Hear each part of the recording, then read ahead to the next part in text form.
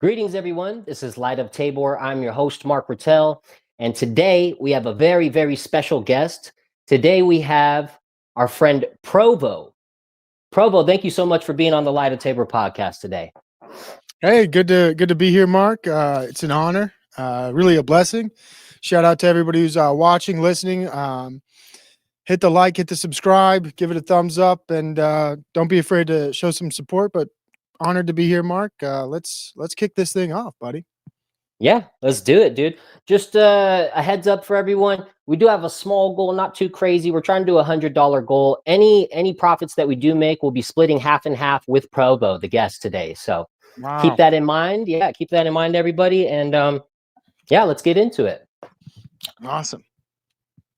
So the first question I have here is I usually start with this pretty much for everybody, which is were you raised in a religious household, and what did that look like for you? Like what was your childhood like? Were you raised in a religious household? Was it Mormon where you were raised, or how was that for you? That's a great question. I love that. I think I had a rather unique upbringing. My parents were, I think, what you call them, transplants to the state of Utah. So my father, as far as I'm aware, he grew up having read the Bible. He might have been Methodist or something of that ilk. And my mother wasn't too religious, although she was a Muslim at one point. Lived in Pakistan, got divorced, Oh wow. then met my father, and they moved to Utah. My mother decided to be a lawyer, an attorney. So she decided to go to Brigham Young University. And if you Wow. don't know about Brigham Young University, unlike most colleges or universities, their tuition is bracketed to members and non-members. So if you go to Brigham Young University and you want the benefits, you want that cheaper tuition, you become a member. So my mom became baptized and practicing Latter-day Saint. My father never was baptized. He's more of a he's I don't know how to place my father's religious beliefs, but he really liked Buddhist thought. He's a big fan of Thich Nhat Hanh and Oh, many other uh, Eastern philosophers. So I was raised in some sense by a LDS mother, but a convert to that extent. And at a very young age, my mom was ostracized from the LDS church because she was giving a lesson in primary, I think, which is where they teach young children. And she played the song by Meatloaf, "Bad Out of Hell," and she tried to relate the lyrics in that song to I can't, just to the meaning of the church or whatever lesson she was giving, and a lot right. of that rubbed a lot of parents wrong, and so my mom was ostracized and talked badly about, and I must Wow. have been maybe 3 years old, and so then my mom said, "You know what? I don't want to be a part of that community." So I never really went to or have any memories of going to church at a very young age, but I was also a daycare child. So I went to daycare till I was 10 years old. The daycare I went to was run by a wonderful woman. I actually called her mom. I went to the daycare from the time I was about 1 year old till I was 10. And the daycare provider had 8 children. She was devout Latter Day Saint, and my experience there was if I was there early enough in the morning, they had morning readings from the Book of Mormon. At lunch, you do prayer. At night, there's rituals like reading the Book of Mormon as well. And on Monday nights, if I was there late at night, it would be a family night.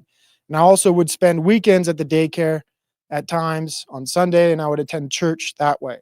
So up until I was 10 years old, I was pretty heavily indoctrinated, having been somewhat raised in a daycare around other Latter Day Saints, and having participated not only in church with that family, but having participated in the reading and being encouraged by that family to go on a mission and follow that way of life. But after I stopped attending that daycare, um, I had no connection really with the church besides the friends I had.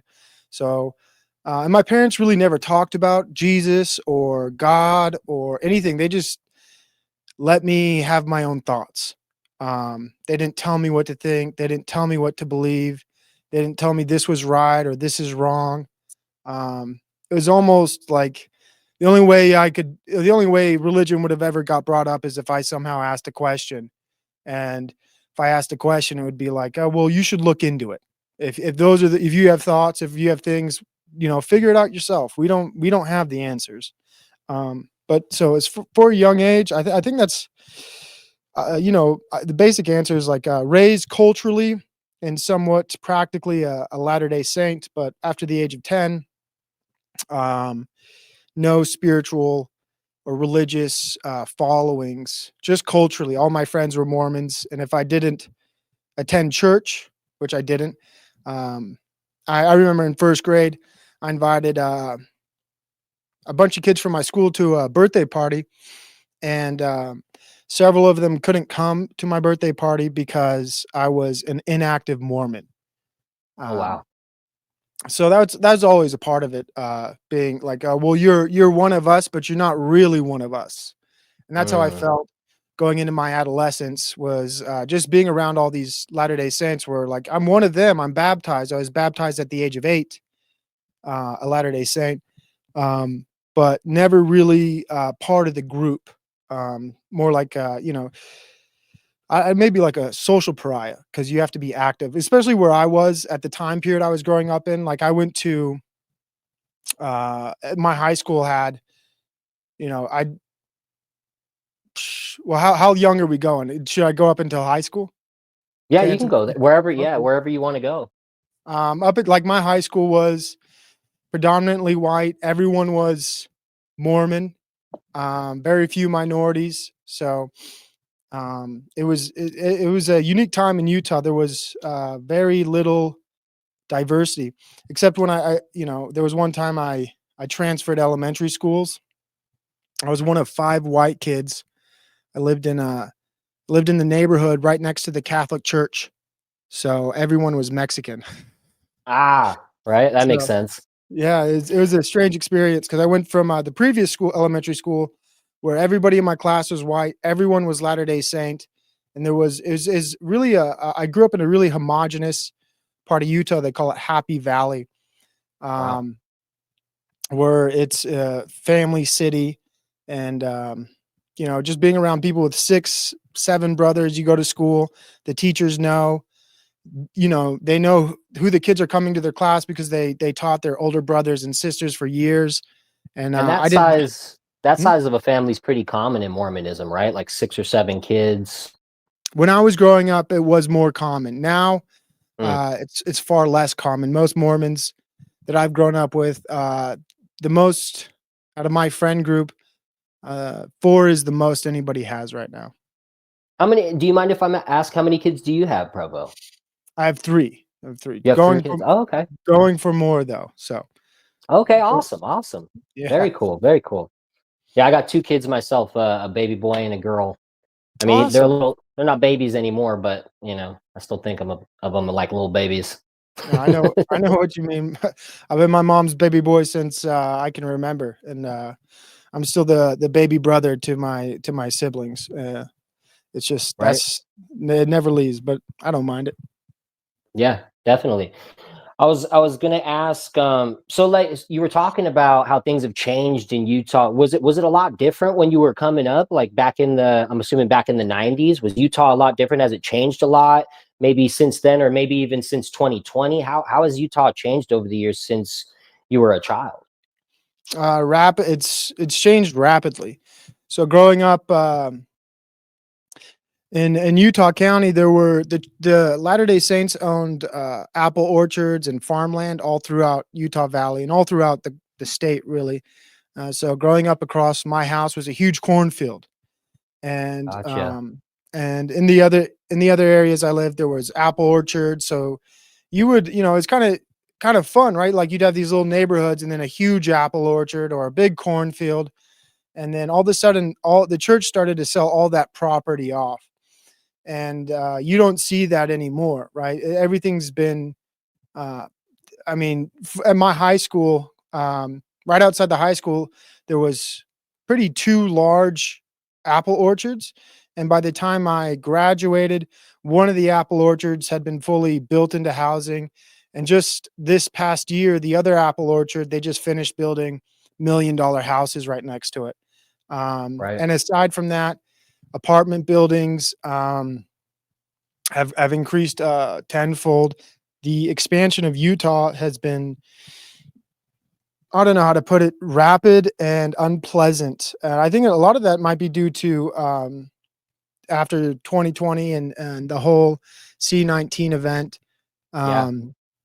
We got a lot of migrants from other states, and also Utah has I don't really see it too much, but we have apparently quite a few refugee programs or other services like that that have brought people from out of the country into our state. So Utah, on a whole, is entirely different in so many ways. It's a lot more diverse. I'll just put it that way.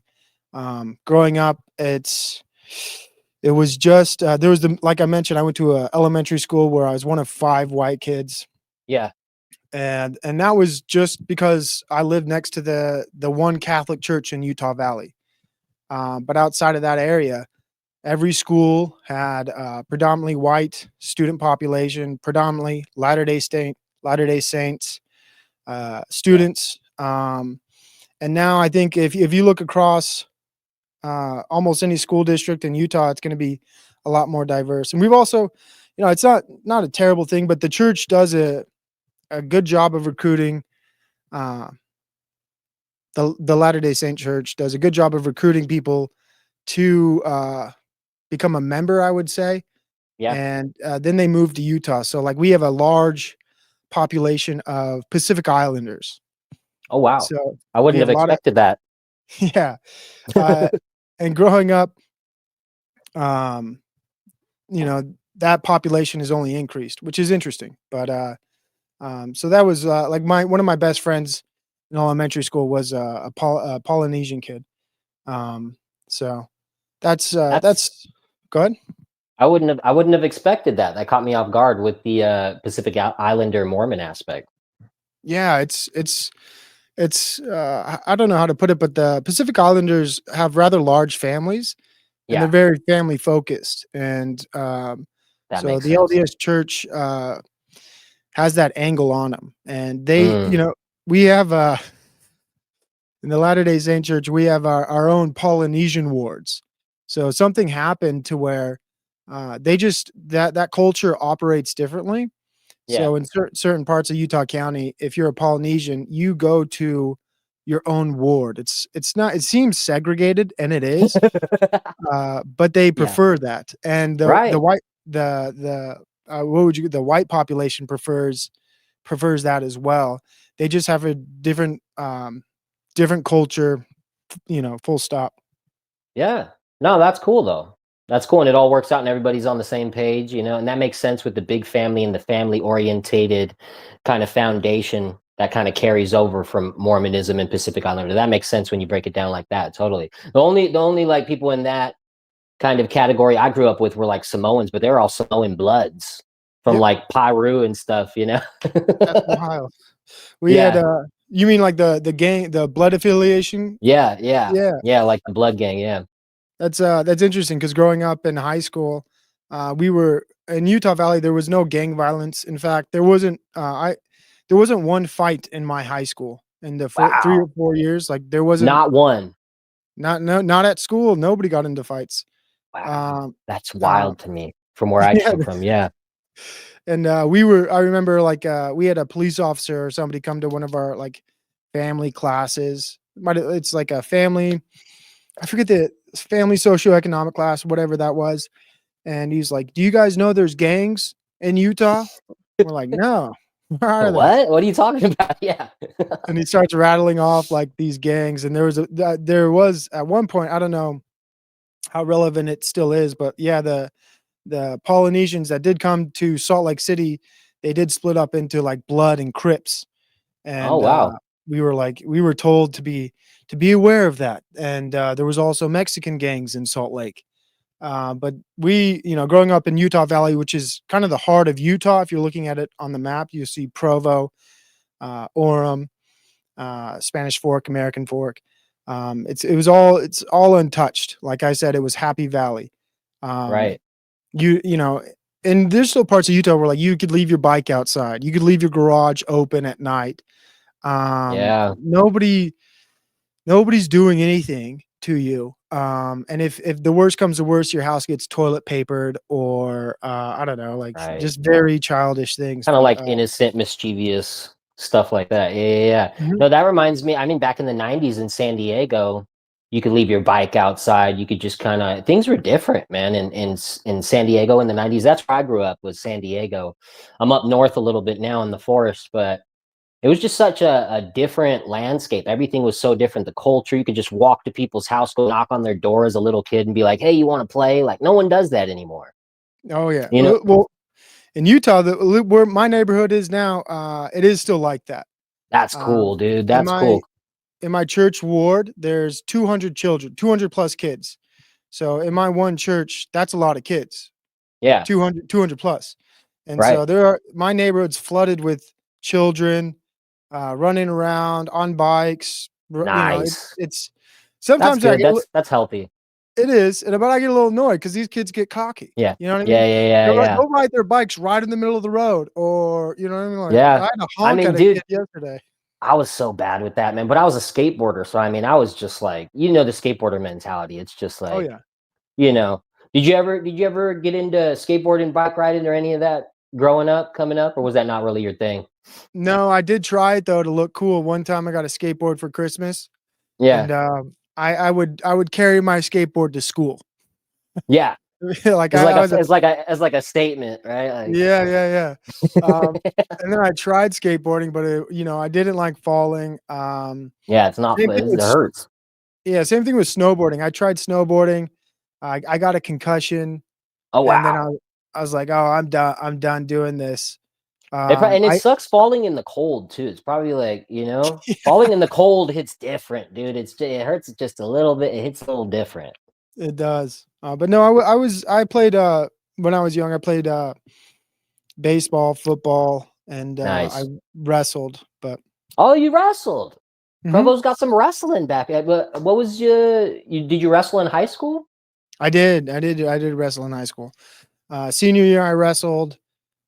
We had a small wrestling team, so Yeah. we didn't.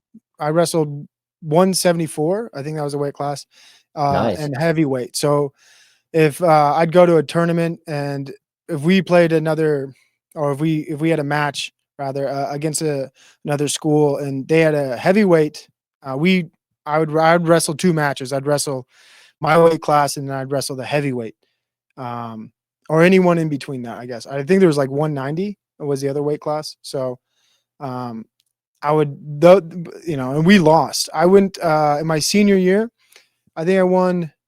It was abysmal. I might have won like 4 matches and lost 12 plus or something. I It's a got I it's a got rough dominated. sport. It's a Yeah, rough sport, man. It's rough, man. But it's like it builds character, it builds discipline on another level. I think it's actually the best base for mixed martial arts. I think some of the best fighters in the history of MMA have had a strong wrestling foundation. of course, Just because a lot of fights tend to at some point end up on the ground or end up in a grappling scenario kind of situation. And when you have that technique, it's not like a puncher's chance. You don't usually get tapped out by like accident. You know yeah, what I mean? It's usually a very calculated. And if someone doesn't know what they're doing and you have grappling experience, it's like they're like a fish out of water. of course. That's what Yeah. drew me into jujitsu. I did Yeah. that for That's what a I few years. studied. Oh, it's the best. I love I like going to jujitsu classes, but I just loved rolling. Yeah.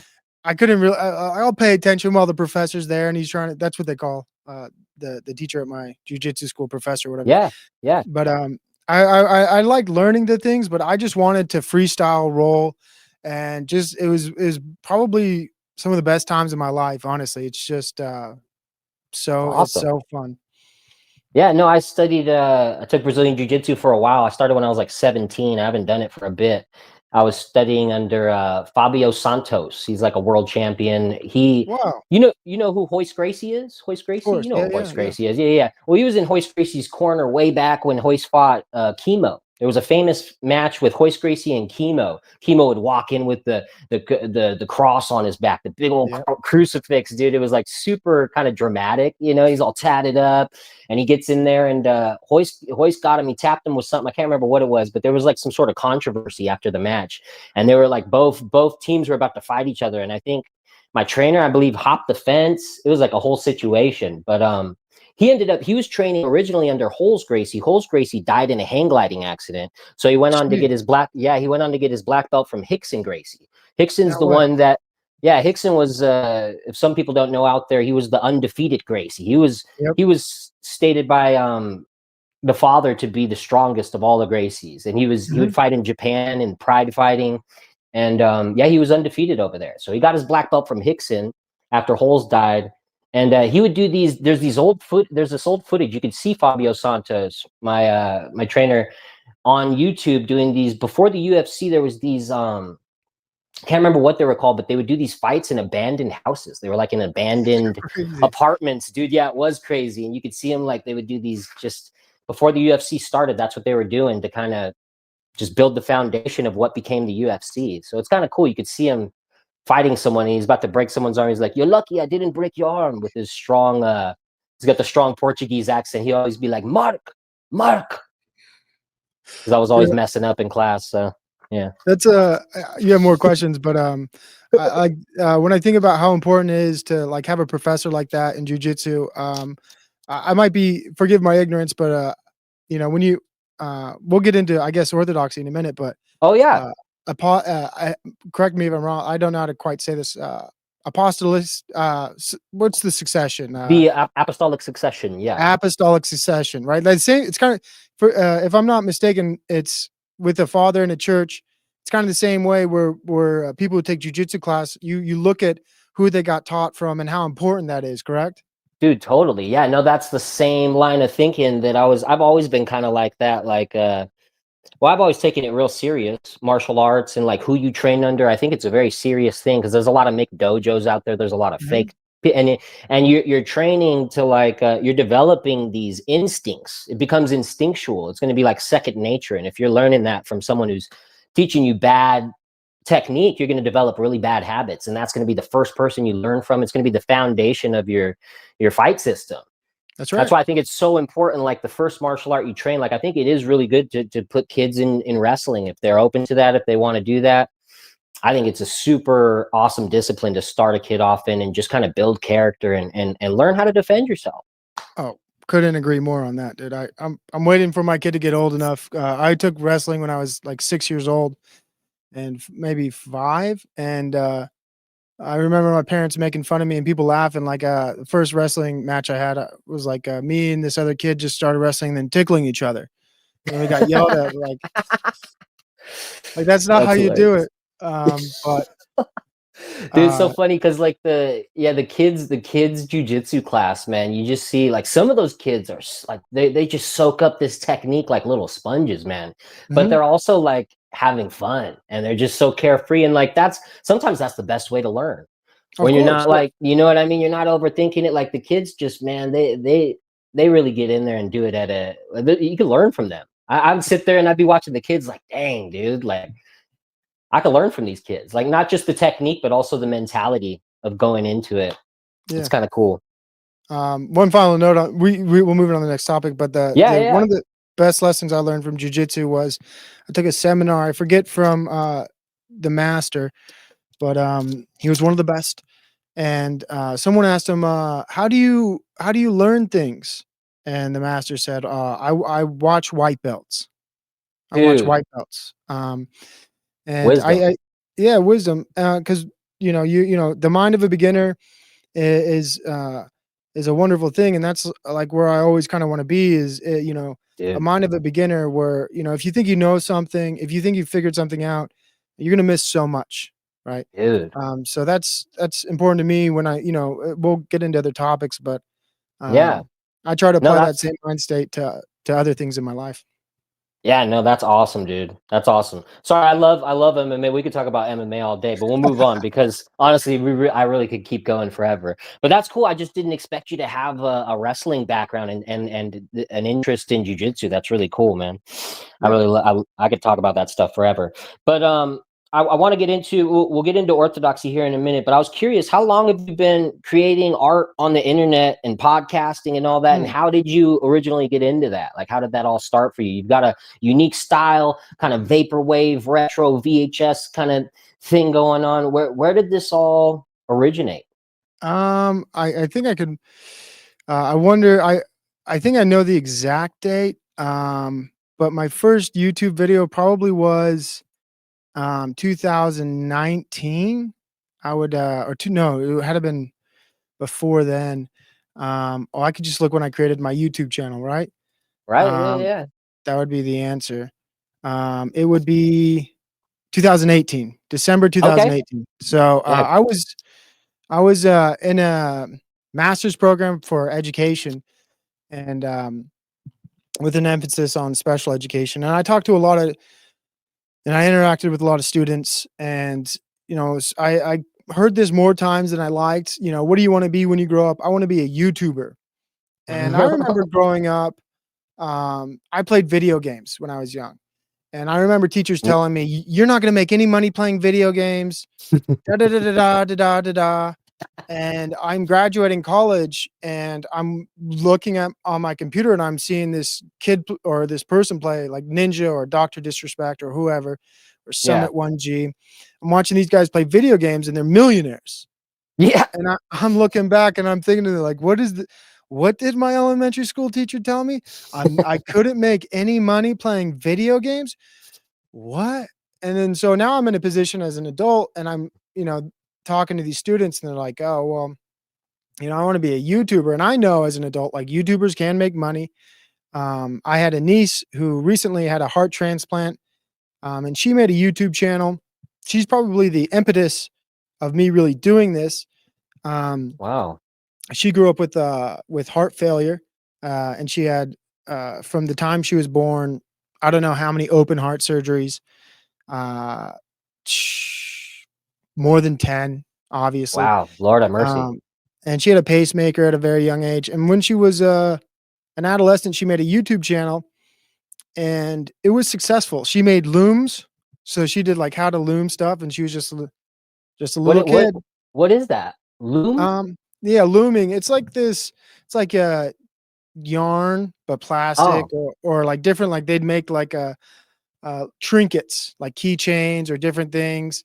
that's cool. Um, it was a kid thing, and she would make like how to videos, and her channel, she got up to she has 16,000 subscribers, and she Oh, stopped wow. making yeah, she stopped making content when she was like maybe 16 years old or 18 years old. I don't remember, but she started to get paychecks in the mail every month for $600, $700, $800, and she started to become pretty successful.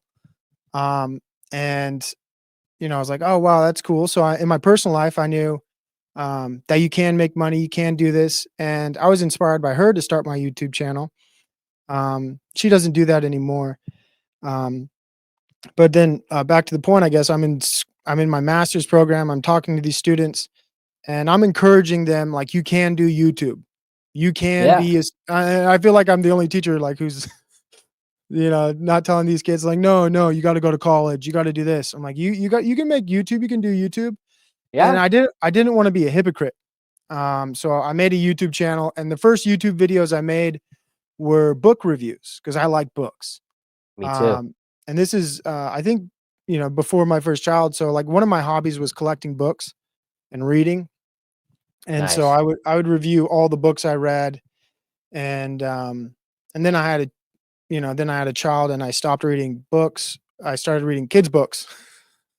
So Dude, I pick up kids books from the thrift store all the time. I got some Goosebumps over here. I got all kinds of stuff, dude. yeah, and then Yeah.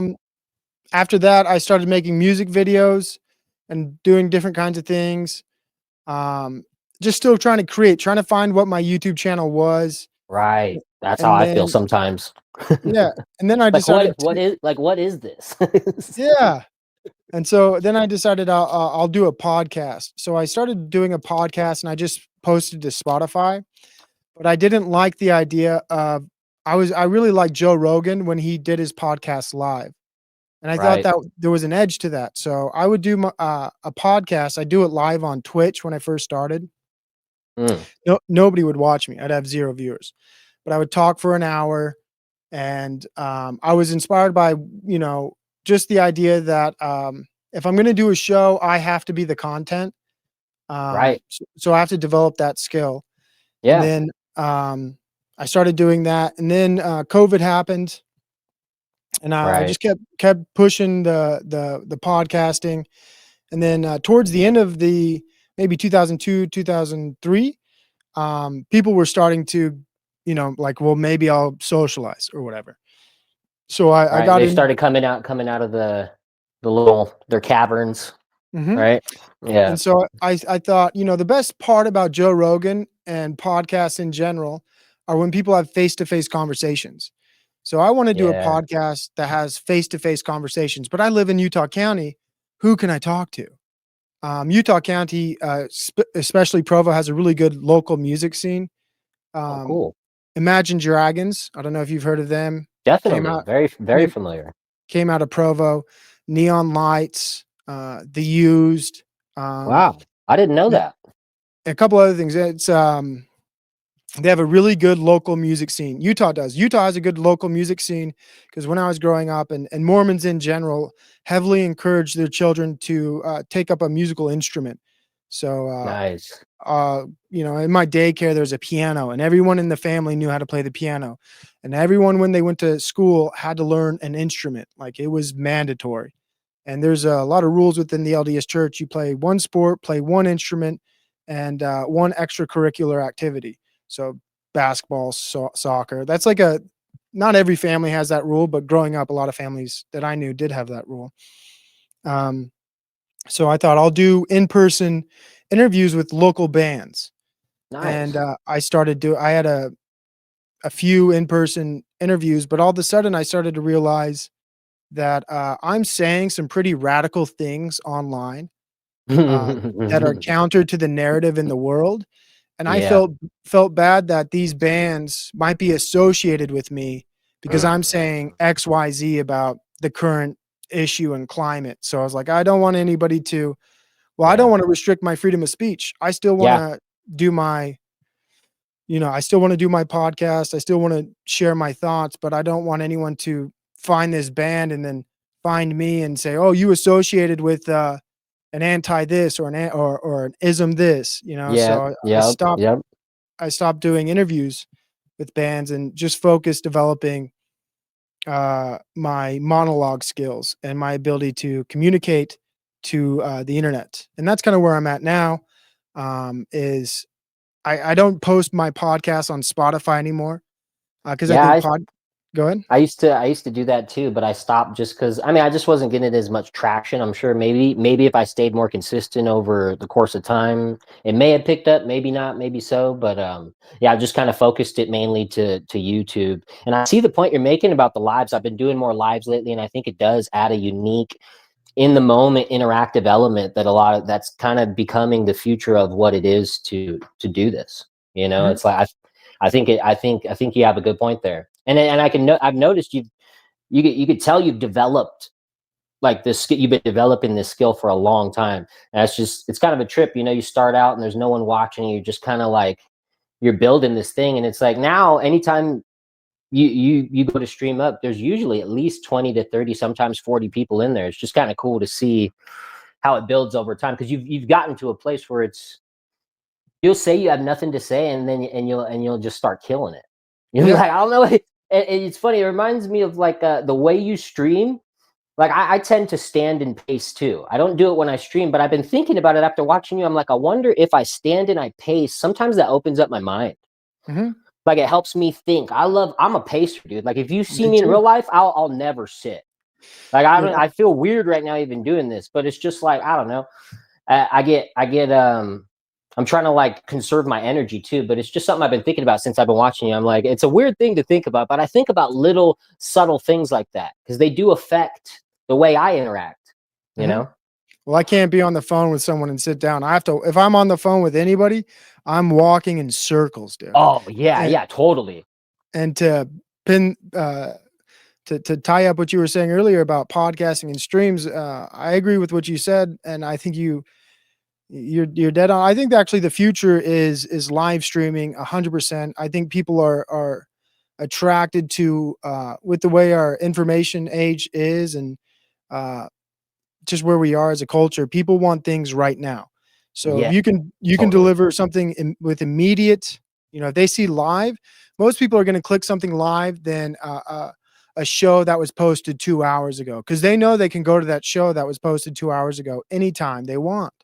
Right, They people don't want to miss something that's live, and so for that reason, it was one of the reasons I'm like I just think live streaming is the future podcasting. Like live streamers beat podcasters every day, right? Because you look at podcasters, they post once a week, maybe twice a week if they're like a prolific podcaster. But then you look at right, live streamers, pick any of the top live streamers you want. Anytime they go live, if they're making money, they're making money consistently throughout that whole live stream, which is something podcasters can't do. yeah. So just That's on a go ahead. yeah, that's also a big part of it too, which is yeah, I think it's kind of interesting doing because we'll pre-record this, but then we'll premiere it so we can Mhm. be so we could be in the chat live with the people interacting, still have that live interactive element, and we could still receive donations if people want to support the channel through that. We'll have the links, pinned at the top and all that. So I think that's yeah, no, it makes a lot of sense. I mean, like why would you watch something if it comes down to watching something that's been recorded and put out 2 hours ago versus something that's live, I'm always going to choose the live too because it's got that immediate interactive element. That's right. And maybe if these your chatters hit the goal, we'll do a live podcast together. Just and we'll riff off the chat. That'd be pretty fun. Dude, I'm down for that, man. Because I was thinking of even doing this live, but I think we've already gotten to the point where do the pre-recorded, and then if they hit the goal, we can save the live podcast for if they hit the goal for them in the future. That'd be cool. Something to look Well, forward to for the people. absolutely. Make sure you guys hit that like, subscribe, and definitely click the link. And let's light up those donations, folks. Yeah, so let's get into orthodoxy. So how did you first get introduced to orthodoxy, and Mm. what's your journey into orthodoxy been like so far?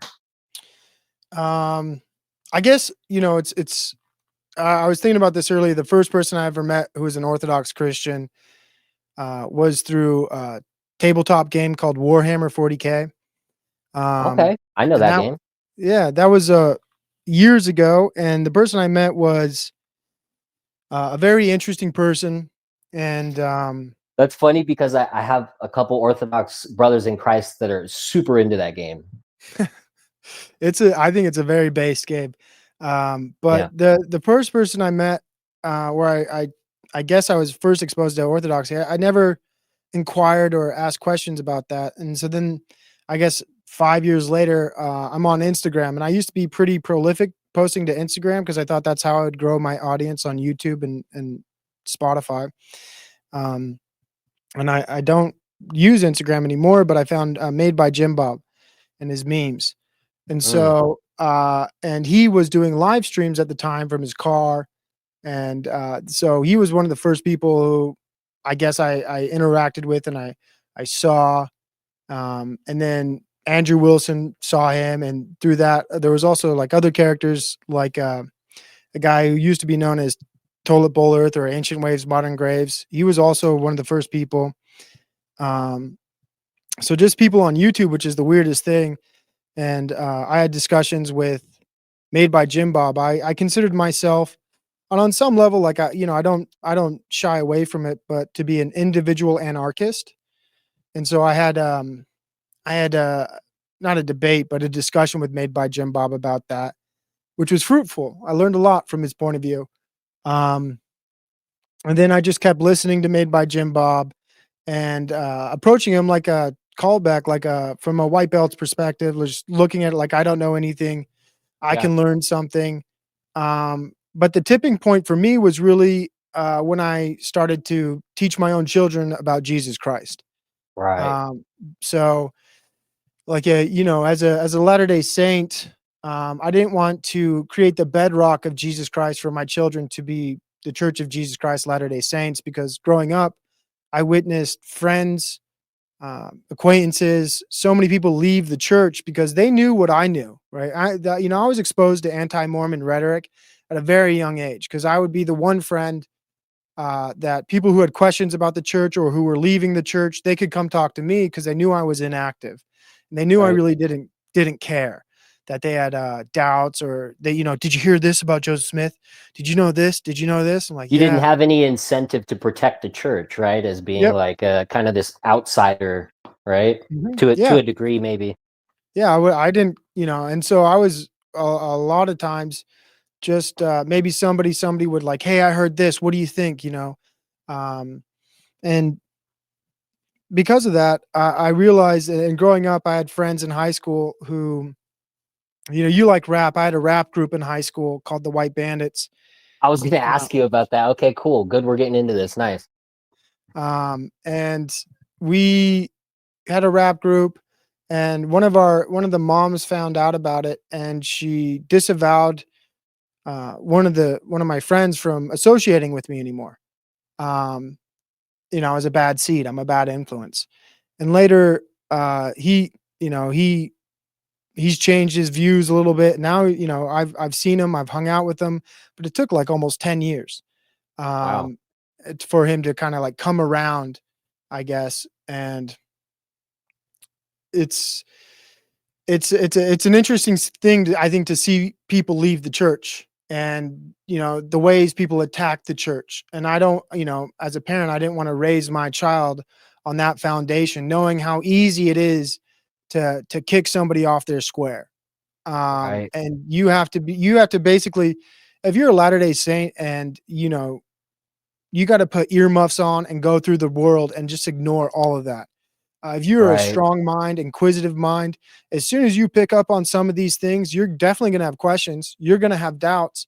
You're going to have concerns. And then the people who I've seen leave the church, throw the baby out with the bathwater. They become atheists. They become New Agers. They Right. become, and that's kind of my path. You asked about my progression. I was like a big New Ager, Christian New Ager, in my young Same. Same here. 20s. I was a big fan of like Manifestation, Neville Mm, Goddard, Dr. mm-hmm. Joseph Murphy, Mm, and stuff like that. So raising my child and I'm having them read children's Bibles, and they probably are more literate in the Old and New Testament than I am, to be honest. Like they love reading the Bible, the kids' versions. So I was like, well, if I'm going to raise my child to believe in Jesus Christ, what's the best way to do that? right. Um, and so then I got more interested into Orthodoxy, started paying attention to what Made by Jim Bob and some of these other people say. And the worst part is like what they tell you, like if you're listening to them and then you have questions, their answers are always the same. Um, you know, First response, go to liturgy. Second response, talk to your priest. Right. So like Yeah. No, that's go ahead. if you ever have any questions here, I could try to answer them to the best of my ability. If it's something over my pay grade, then I would probably do what they did. But if you Yeah. ever have any questions, I'm an open book. I could at least I could try, but you Well, know, the problem with me is I'm not like one of these people who engage with, I call it like Christian trigonometry, like right? the ecumenical council and all Yeah, no, these things. sometimes it can get a little too heady, and that's not necessarily what it's all about, man. I try to actually focus it more on the heart and try to get into like the actual like prayer life and praying and doing the Mm, Jesus prayer, getting in there, talking to people at Agape, get to know your yep, community. Go talk, go to liturgy, but not only go to liturgy. My big thing is go to Agape. yep, Go to Agape, eat a meal with someone, talk to the priest after the service because it's a continuation of the liturgy, the Agape. It's so key for me. Um, for me getting into the life of the church was just sitting at Agape and asking people, "Hey, how'd you come to Orthodoxy?" And I heard some of the craziest, most awesome stories just with that simple question. And I yep, mean, they throw it back at me, and I've got an insane story of how I came to Orthodoxy. So it's just a cool kind of. I love agape, man. It's just such a big part of church life and how we all come into the church. Yeah, breaking bread with people. There's no better thing, really. Yeah. I agree with you 100%. So primarily that's kind of how I got into it, is just through people on YouTube, and just by having children and asking myself, what Christian bedrock can I set for them? And I attended, for me, I looked at Christianity, and I think Protestantism is ridiculous. I'm not a fan of sola scriptura. I've Mhm. seen I call them demonic manifestations with the Yeah. LGBTQ, like all this stuff. Like I don't like that. Not if like you could just read it and then you're like, Jesus Christ was a big fan of transgenderism and he loves all this stuff. And I'm like, no, that doesn't seem right with me. So Right. I settled on Catholicism and Orthodoxy, and then for a while, maybe like a couple months ago, I rotated going from liturgy to Catholic Mass to liturgy to Catholic Mass to liturgy, just to see like what's the experience like. Yeah. And ultimately, for me personally, um, the Catholic Mass didn't. I enjoyed it. First of all, I did enjoy Catholic Mass. I thought it was a good experience. But I thought liturgy was a better experience. And I went to a Greek Orthodox liturgy, and I went one time to a Russian. No, I think I went twice to a Russian Orthodox liturgy. Nice. Um, but I ultimately I like the Greek parish more. I like the community more, Cool. and it was a better fit for me. Uh, Yeah. in that sense. So that's kind of where I'm going now, is a Greek Orthodox parish, and I'm enjoying it. It's I always feel better going, and I feel better. It's like going to the gym for me. Uh, Yeah. it's like you kind of growing up, I never liked. I did go to church sometimes, but I resented it. Right. Yeah. When I had Same to go. here. Um, and I was like, well, I'd rather play, especially as an adolescent, like I'd rather play video games, rather do nothing. It's Sunday. I have school tomorrow. I just want to chill. Hmm. And now I'm finding more reasons to enjoy liturgy, enjoy going to church, and kind of breaking away from the worldview I built when I was a lot younger, which is good, right? It's like Yeah. I'm becoming more of an adult, which is hopefully a good thing. Right. Yeah. No, it kind of scares me sometimes too when I think about it. I don't know. I don't know. I don't want to lose that spark. I don't want to I want to grow up and develop discipline, but I want to keep that childlike spark, if that makes any sense. That kind of that fire. Just that I don't know how to explain it, man. I don't even know how to put my words on it. But I feel like it's something that I tap into with like the freestyle, freestyle Friday kind of thing, just like this living in the moment, being able to Yep. exist in the moment kind of thing. Like there's something to that. And being a child, you don't even have to think about it. You're just there Yeah, in the yeah. moment. You're not thinking about all these weird, responsibilities are good too, but just like the beauty of childhood, man, and just like not having to worry about nothing, not thinking about the past really, not really worrying too much about the future, but just kind of living in the moment. And there's actually a saint quote about that's actually where we meet God, Mm, is in the infinite now. And I don't want to butcher the statement, but it was really beautiful, and it makes sense if you think about it, if you take time to think about it. And I think the closest thing to God is a newborn child, and I think that's why mm. the whole abortion thing is so big right now. And I think because they can't get to God. The evil one can't attack God, so he's attacking the closest thing to him, which is a newborn child.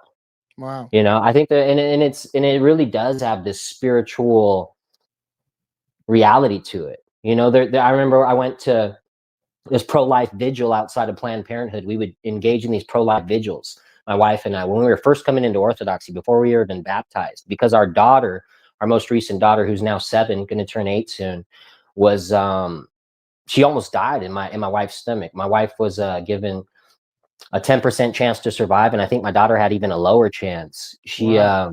My wife was born with a condition, and when she was pregnant with my daughter, her liver condition acted up, and there was fluid Mm. building up in her stomach, and it caused my daughter to have to be born premature. And Mm.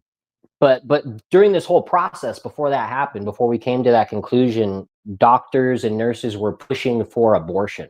Wow. And That's they were awful. they were pressuring us really hard for abortion. And I wasn't even Christian at this time, but something in me just naturally was just repelled from that. And we held our ground, and through that whole process, we kind of found our faith. And yeah, it was a really powerful experience. And I literally found Christ to an extent. I didn't know what that meant. I was reaching out for Christ. I had this experience, this encounter with Christ in the hospital room as I'm waiting for my wife, not knowing if she's going to die, if I'm ever going to see her again. And I kind of had this moment where I just like went back to the waiting. I was in this waiting room. There's all these people, and I just went back to the room we were originally in, and it was empty. And I was just like crying out to Christ in desperation. And I felt this. I didn't see him, and I didn't hear an audible voice, and nothing crazy like that. But I just felt this peace kind of flow over me, where I knew everything was going to be okay. Wow. And Praise God. yeah, no, and it was, and thanks to God, my daughter was born.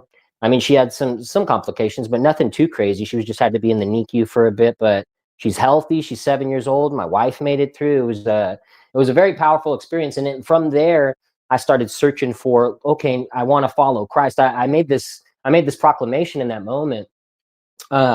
If you could spare my wife and my daughter, please, I would dedicate the rest of my life to Christ. And that's what I've been trying to do ever since. But I just didn't know what that meant right then. I Yeah. thought I started attending a Protestant church. I started doing what I thought it meant to be Christian. And it's just been a long process of learning and kind of making these mistakes and falling into different falls that ultimately ended up kind of being blessings in the long run, and Hmm. led me to Orthodoxy through a lot of spiritual New Age delusion, kind of trying to blend these things with Protestantism because of the loose theology. It left a lot of cracks open and a lot of inconsistencies and a lot of lack of mysticism, where I would search for these mystical elements in the New Age that I was missing in Protestantism, and even in Roman Catholicism. It was missing for me this deep mystical element of like noetic prayer, the Jesus prayer, the essence energy distinction, and just the mystical aspect of how the sacraments are even viewed. And it was just it was a whole different thing. It was the fullness of Christianity, and I'd been looking for it and not knowing I was looking for it until I found it. Wow. That's Because I was powerful. like, yeah, like I was like, because I thought that the original Eucharist, I was in this kind of New Age. There was a phase where I thought the original Eucharist was a mushroom, magical mushroom, Mm. something of this sort. And I was looking, I was like, something's missing. Something's missing from Catholicism. Something's missing from Protestantism. I gotta find the original church. Something's off. And didn't really click until I stepped foot into St. Anthony's Antiochian Orthodox Church in San Diego, and it just like right when I stepped in there, it was instant. Wow. I just knew I was home. It was an instant thing. It wasn't the same for the rest of my family. It took some time. We were all baptized in it was on Christmas Eve, either 2021 or 22, somewhere around there. I can't remember. I'm bad with years, but yeah, my whole family was baptized into the Orthodox Church, and it was a beautiful day. There was like, we set a record of how many people were baptized at once. I don't think it was been broken since. It was about 16 people. Wow. And my mother was baptized into the church. My children, my wife. My mother was a devout Roman Catholic her whole life. She's in her early 80s now, and she converted as well. So it was a powerful, beautiful moment. Certainly. I loved hearing that. Thanks for sharing. That's yeah, that's a journey, and that is certainly beautiful. And to your point, like and maybe to extend your point, Yeah, um the moment of your child's birth, the power of Christ in that, yeah, and the power of the moment. I find that in moments when I'm just with my children sometimes, and I can't even believe, like, I'll just be with my kid and I'll look at him like, man, my heart is filled with so much love, and it's a feeling never had growing up with anything. you Yep. know, and it's like this. It's almost spontaneous. You just look at them, and you're just maybe playing like cards or trucks or knights, and you're like, I don't know how it's pure love. Like, and I'd love, with my wife, like I've loved with my wife, and I know what that feels like. But Yeah. love for your child is, it is truly, it's unmatched. It's something I think everyone should experience. I'm for having children, and I'm so grateful that your story ended positively, because it really is beautiful. There's nothing better than having children, and I'm happy for you. Yeah. That's a tough experience for sure, but ended positively, which is what you Right. want. Yeah. Yeah. No, it was an interesting experience for sure. It showed a lot about the people around us. It showed us who really had our back, and we had to kind of rearrange our friend groups and just kind of figure a lot of things out from there. But that's kind of some of those toughest situations. It kind of shows who's real. It exposed Yeah, like the whole 2020 situation. Like a lot of people saw it as a dark thing, and there was dark aspects to it for sure. But there was a lot of veils lifted. There was a lot of things exposed during that time, and mhm, there's something positive to that if you see it from the right perspective. If viewed from the right perspective, it can be a powerful learning experience, which any kind of dark situation can be if taken from the right perspective. And of course. yeah, I don't know. I was thriving during the whole 2020 thing because I was a skateboarder. I was a rebel. They told me to stay inside. I started skating again. I picked skating back up. The day they told me to stay inside, I was like, oh, I'm going outside and I'm skateboarding. No mask, no nothing, no Yeah. jibby jab, none of this nonsense. I'm just gonna go. I'm gonna take it up a notch. I'm gonna go skate it places I'm not supposed to skate at. Like I'm just gonna push the limits. I'm gonna just go out there. I'm gonna have a smile on my face, and I'm gonna go look at people and just show people it's okay to not be afraid. I remember just skating down the street and seeing moms with little daughters and kids, and they have these masks on, and the kids are looking at me and looking at their parents like, "What? He doesn't have a mask. Like what? Why are we walking around so scared?" Dude, me and you definitely have some synchronicities, or similarities rather. I look back and like, yeah, dude, during that time period, that was some of the best times of my life. Dude, I love that. seriously, I did everything I did anyways, and traffic was less. The times were just as good. right? Um, I really enjoyed that time period more than anything, because I didn't live in fear. I feel like I had the right answers, and looking back, I did. And you did as well. And somehow I just had the clarity. I even take credit for saving my some family members and other people who I was like, hey, be careful. Maybe do this instead of that. Yeah, Maybe, have you tried vitamin C? yeah, I was like, just don't worry. One of my like, I was just like, don't worry, don't have fear, everything's fine. Um, we're good. And looking back, man, is living like just authentically, and I agree with this. I didn't skateboard, but I did go to yeah. Las Vegas quite often, which was its own Okay. experience. Yeah, I Um, bet. I bet. it was empty. Yeah, it was when Oh wow. they it was basically shut down, but you go into the casinos and you drive to Vegas from Utah, and there were no cars on the road. So like imagine a 6-hour drive, but the only cars on the road were semis. So it was like driving in the apocalypse. And you'd be driving for like an hour and see like one semi, and you're like, this is the craziest feeling in the world. Then you get to the casino and it's absolutely empty. And That would feel crazy. yeah, they got plastic barriers on the tables. So you sit down at a table, and the people who are there are gambling addicts, first of all, right? Mhm. Yeah, So they don't care. They have like they're smoking cigarettes, and yeah. which was the weirdest part is like you could still be in the casino and smoke a cigar and blow the smoke everywhere. Um, Yeah, but it there was was not a lot of there was not a lot of logic into the rules that were going mm-mm. on during that time, like the whole stand on the dot. Oh, Target, like you go to Target, they'd be like, stand on the dot. That would drove me nuts, man. yeah, I hated that. I'd always like step a little bit in Oh front. no, dude, me and my wife almost it was so funny. This lady was like, me and my wife were getting into an argument, and she steps in and she's trying to tell me to stand on the dot. And we both just like, I don't know if you've ever been in that situation. A lot of couples probably have, when you're both in a fight and then you have an opportunity to connect that anger together and direct it towards someone else. Oh, sure. You know what I mean? Like, she just stepped into the crossfires, dude. You don't step into a husband and a wife getting in the middle of a fight and tell me to stand on a dot. To tell me to stand on a dot on the ground because of some made up stupid thing that's not even real. The only reality of it was the reality they created by wearing these face masks around. Yeah. That's what created the pandemic. That's what created this whole scary reality, is seeing people wearing the mask. That's why they tried to force that so hard. But she's telling us to stay on this dot. We're snapping on her. And then this crackhead walks in, dude. This crackhead walks in. He starts doing kung fu, dude. Freaking this crackhead just straight out of heaven, dude. He was like a crackhead angel, dude. He came in, he was doing kung fu.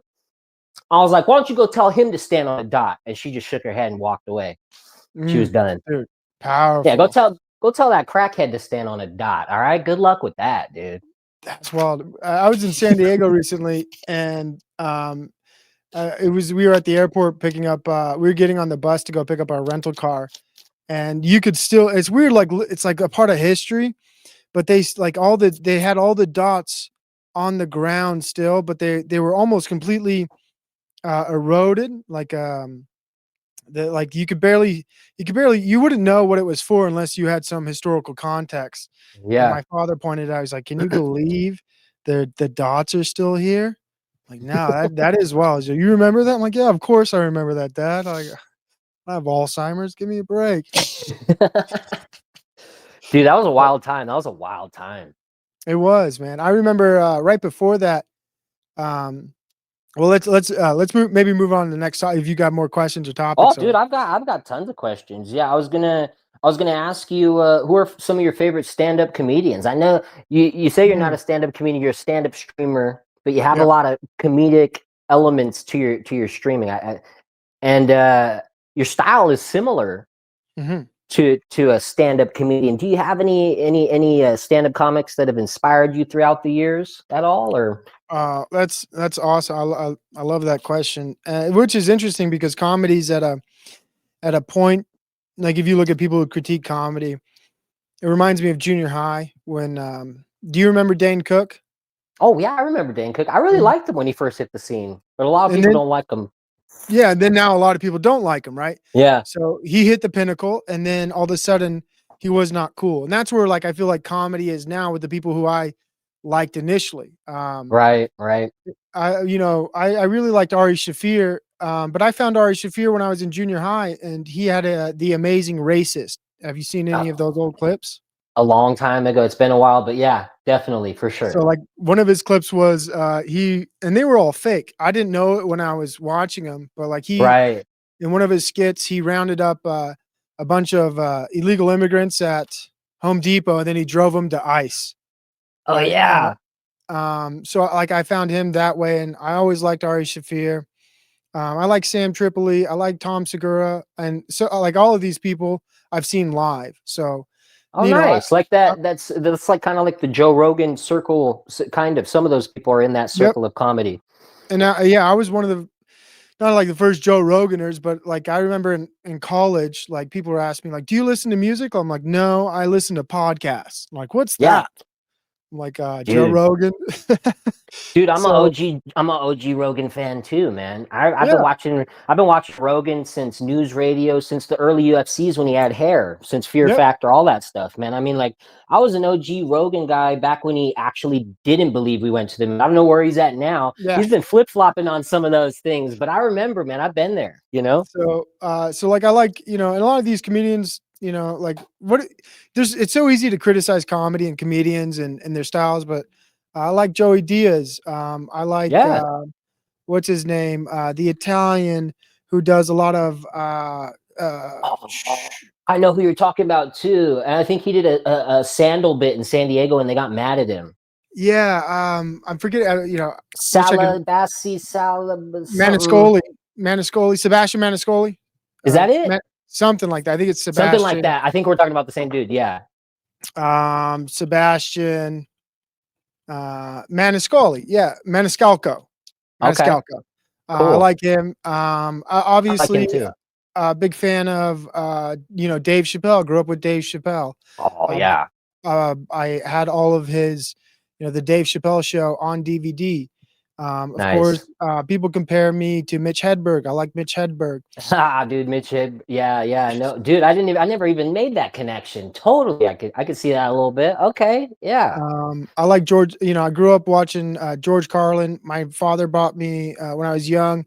My parents tried to introduce me, because they knew I lived in a kind of a sheltered area or Right. neighborhood culture. So I remember one of the first movies my dad DVD my dad bought me was Car Wash with Richard Pryor. Oh, Um, dude, I got that on and tape. Yeah. yeah, so I like Richard Pryor. I like Nice. Andrew Dice Clay. I like Nice. I love Andrew Dice Clay. I love yeah. Andrew Dice Clay, I'll dude. still listen to some of his old. It's pretty raunchy, but Oh just yeah. Oh his yeah. his cadence, his But that ability. that East Coast delivery with it, Mhm, like it just fits. I don't know. It sounds different. I don't know, mhm, man. It's like it's raunchy, but it's like I can hear it when he has that with that accent. For some reason, I can accept it even yep. nowadays. I'm like, oh, that makes sense. He's from the, he's doing the East Coast thing. He's like, it's just man, his style is sick Um, with the cigarette smoking, all of it, just the whole image, everything that goes along with it. oh yeah, and kind of someone that inspired me were two that inspired my podcast were Tim Dillon and Chris D'Elia, because they do solo podcasts where it's just Right, them talking.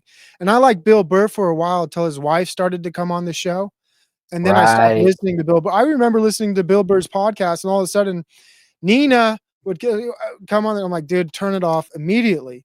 Yeah, I And used to love also Bill Burr, and he's just been on some other. He just switched up, kind of, or maybe he my own. Either I switched up or he switched up. Something switched up. I switched up too, and also, like, I'm not a big weird thing is you think I grew up loving sports, but, like, as I became an adult, like, I don't watch sports at all, and a lot of Yeah, his podcast was talking about sports. I'm like, I can't listen to people talk about games and things like that where I have sports no ball. interest. Yeah. Yeah. But like if there's a comedian out there, Theo Vaughn, big fan of him because Oh, love he did Theo. he did the solo podcast too, and that's kind of what inspired me was like these guys because podcasting was basically interviewing people and having Right. discussions with people, and then there was like Yeah. Chris D'Elia, Tim Dillon, Theo Vaughn, Bill Burr, who were like, no, I don't have guests on my show. I'm just gonna talk. I'm just gonna riff, and I said that's what I'm gonna do. Um, Nice. and but there's probably more comedians I'm forgetting. I've seen, I've been to a Joe Rogan show one time. That would be fun. I feel like that would be a fun show to attend. I got a couple of his stand-ups on DVD just because I'm a Joe Rogan fanatic. I just Yeah, love. I'm an MMA fanatic. He's an MMA fanatic. He's a big part of the UFC. He's been doing commentary for the UFC for a long time. Like I have the first time he appeared on VHS. Like I have all the old UFCs on VHS. So it's just been cool to kind of oh, follow his whole career and see how he's like the biggest podcaster ever now. mhm. And I really despise how people critique comedy in general because they'll watch a stand-up show and be like, "He's not funny." This look, I went to the Delta Center, which is where the Utah Jazz play basketball team, to Yeah, watch Joe Rogan, and he lit up the arena. So like he was killing it, right? you Yeah. could tell me, "Oh, he's not funny." Well, I witnessed him, uh, you know, create roars of laughter, And and that's it's not easy. It's not no, easy to get it's up and give like do a stand up set. You know how it's easy to bomb. That's what's yeah, easy. Like I don't think people understand how hard some of these things to do are until you actually start trying to create things for yourself. Then you stop being a little bit less of a hater and you start being like, oh, you start understanding maybe that wasn't as easy as I thought it was from the outside perspective. Now that I'm of in the course. arena, you know? And then when people watch stand-up comedy shows, if you watched as many as I have, you realize that, and this is with most stand-up comedy shows or specials rather, they'll do 4 shows, and Right, then right. between those 4 shows, they'll make 1 cut. So it's all disjoint like, if you watch enough stand-up comedy, you realize like, "Oh, this is, laughter from a different crowd. This is a cut. Oh, This person's not in the right seat. Mhm. And like that's how I watch. It's hard for me to watch a stand-up comedy show or special rather, because I am so like keyed into these facts. Like, oh, now I know. Like he halfway through this bit, it the first time he did it, it didn't work, and now they transitioned to the second time or the second day where he Yeah. recorded it, and I can see the incongruencies, and I'm bothered when people like do comedy critiques and like the stand-up comedy show or this guy's not funny. It's like you don't even understand. You have to see something live to appreciate the skill. So like unless you Yeah. go to their shows and you've seen them in person, I really don't want to hear what you have to say about somebody is or isn't funny. That's just bottom line. You have to see somebody in person to give that assessment, because watching, if you know how the hot dog's made, then of course um, it's not special. But Right, right. One of my yeah, favorite newer comedians is I don't know if you've heard of him. He's a dude named Brent Pella. He yeah, does yeah, like, yeah. yeah, dude, he cracks me Well, up. He does kind of like, he kind of riffs on New Age, but he's kind of into New Age himself, which is kind of interesting. But he like kind of pokes fun at mm, some of the guru aspects. I actually saw him live. I was blessed to see him live in San Diego with my wife. Man, he killed it, absolutely murdered it, dude. And he was like mocking. He was going around. I had an interaction with him too, and I was in the front row, and I'm like Orthodox at the time. I got my cross, and he's doing this towards the end of the show. He started going around with a sage smudge, and he's like oh, smudging the crowd, and he's like getting ready with these affirmations, and he looks at me, and he could just like feel something, and he's like, "Are you ready for this?" And I was like, "I don't know," and he's like, "I don't know either, bro," and he's just like going back and forth, I keep smudging. It was hilarious though, but oh, I I picked love that. yeah, no, I picked up on like what you're talking about too, about them cutting from different shows, because I was looking for myself in the crowd watching the show back. And I was like, oh, here's me. But then it would cut to another show that happened either earlier or later in the night, where I would see Mhm. a different crowd, and it was just kind of all spliced together. It was just these little details that some people don't pick up on, that you can pick up on more when you start attending live and getting deeper into it. Yeah, I love comedy. I haven't watched a lot of comedy lately, but when I would attend comedy shows, I would always wear a really unique outfit. I'd get there super early, and I'd always sit in the front row so they could pick on me. Like Yeah, I don't want to heckle. I don't want to do anything, but I'd love to be the butt of a joke, right? right, right. So that's one of the special things about going to comedy shows is you can uh, not try to actively participate, but get drawn into kind of the artwork they're creating. And that was like one of my favorite things just about comedy is the attending part of it. And that's so cool. You got to see Brent Pella. I've followed him on Instagram for a while, and I'm a big fan of his work. So that's cool. You got to. That's very special. You got to go do that. Yeah, no, it was cool, dude. It was such a cool night, and we were like in a rough spot, like things just weren't going good, and we needed something to pick us up. And man, what an awesome night! Got to talk to him a little bit after, took a picture. It was just Oh really, yeah. really cool, down to earth people. It was a cool small venue, so it was very kind of intimate, and it just Mhm. made it that much cooler. It was a real small venue, but that just added to the cool vibe. You were talking about, I don't know if you were talking about VHS. You're talking about like video games. Did you have a favorite VHS tape growing up? You seem very retro, Um, kind of nostalgia minded with some of the art you put out. And what would you say, if you did you have a favorite tape growing up? A favorite VHS um, tape it's so or a yeah, yeah, yeah, few? yeah. So like as a kid, my favorite VHS tape, the one I remember watching the most was Cutthroat Island. Cutthroat Island, dude. Remember that? I think, dude, I have that in storage. I've got weird, obscure tapes. Yeah. So yeah, So I love pirates, and my mom is a woman in a power role. She's an attorney, so right. I grew up with a very you know kind of just a not a weak woman, just to put it lightly, like a woman Yeah, who stands on business, right? right. Straight Like up.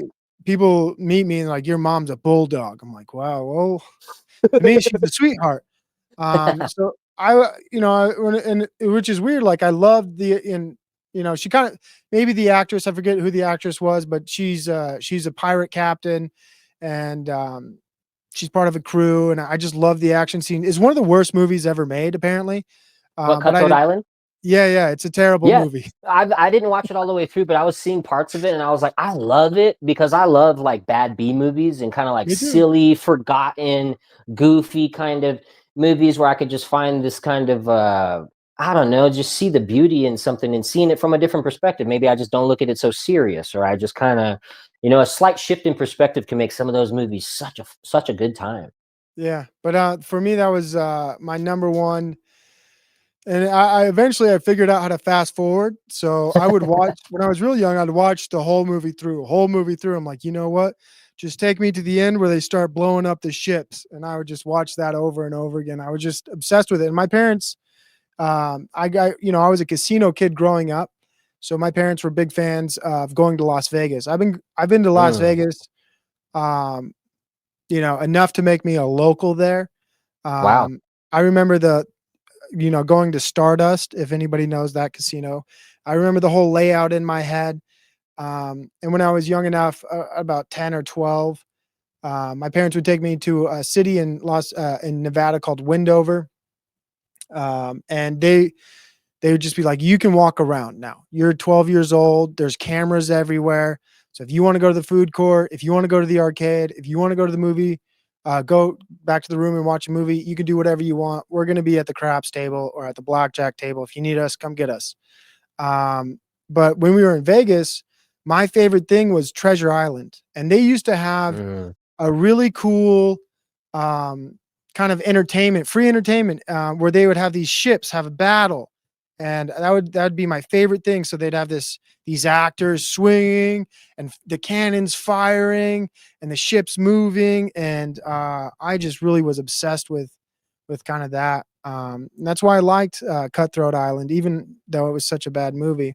Outside of that, as far as like tapes and VHSs, I found out about Pokemon before anybody else because my Oh, father dang.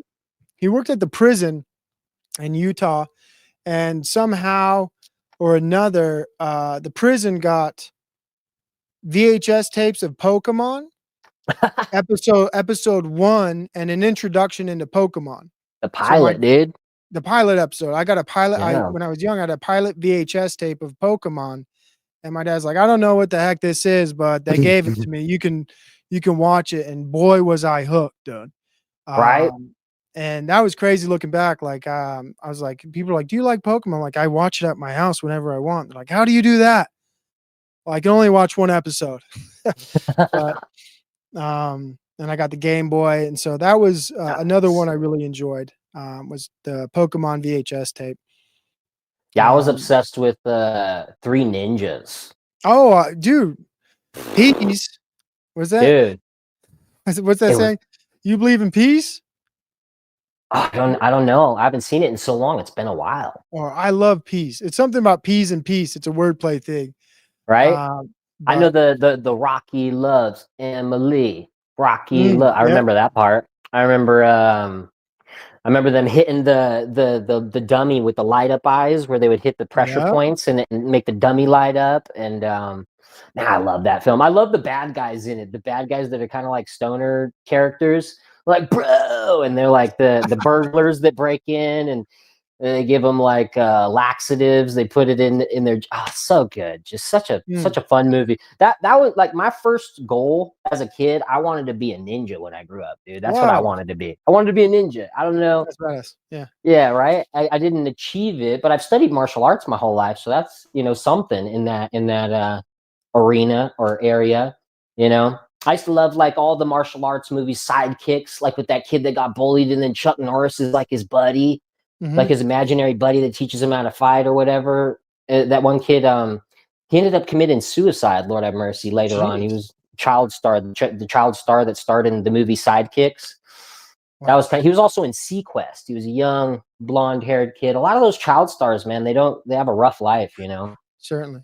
For me, you mentioned like what was my life growing up? I didn't go to church on Sunday with my parents, but every Yeah, Sunday they'd take me to a bookstore, and then we go to Costco after. So usually, like, they take me to the bookstore, like, "Oh, is there a book you want?" And at that time, you could get movies at the bookstore, but my parent like, I nice. got a movie there, but it was always expensive. So they'd say, let's just go to Costco. And at the time when I was young and you went to Costco, they had DVD sections at Costco. Oh wow, I Um, didn't. Oh man. yeah, Okay. so I would go to Costco and I'd pick a movie almost every Sunday. I'm like, "Oh, I want Gladiator," or I want Starship Troopers," or I want, Mm. Starship Troopers is my hands down one of my favorite movies ever. Starship Um Troopers is super dope. Yeah, I just sold a VHS of that, like a screener tape of it. Fun movie. It's kind of like a throwback to like 50s, 60s sci-fi kind of Mhm. vibes. I Yeah, love it. yeah, It yeah. has Yep. Mormons have a big part in that movie.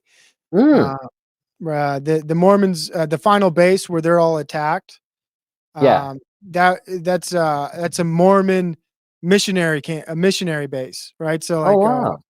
yeah, the Mormons went to was it Clandathu to try to spread the Book of Mormon, and then the bugs came out and killed them all. But so that was always like when I watched the movie, I'm like, oh, the Mormons went to space to try to convert the bugs, and it didn't work out. Like, so I enjoyed that aspect of the movie greatly. That's awesome. That's awesome. Yeah, Starship Troopers, man. That's a fun one. That one's fun. I haven't seen it in a while. Need to rewatch that one. Um, so you were talking about video games. What you used to play video games a lot coming up.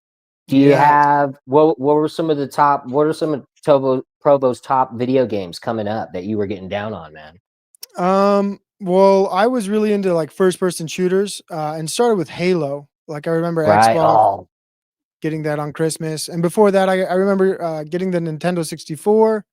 But I wasn't a really smart child growing up, so I would get video games, and I couldn't read too well or follow directions. So I'd play Zelda, and I'd get like 10 minutes into it, I'm like I don't have no clue what to do, and I'd stop playing the game. And that's was true for every game I ever played until I was like an adolescent. But so I played Mario Kart, Super Mario Brothers.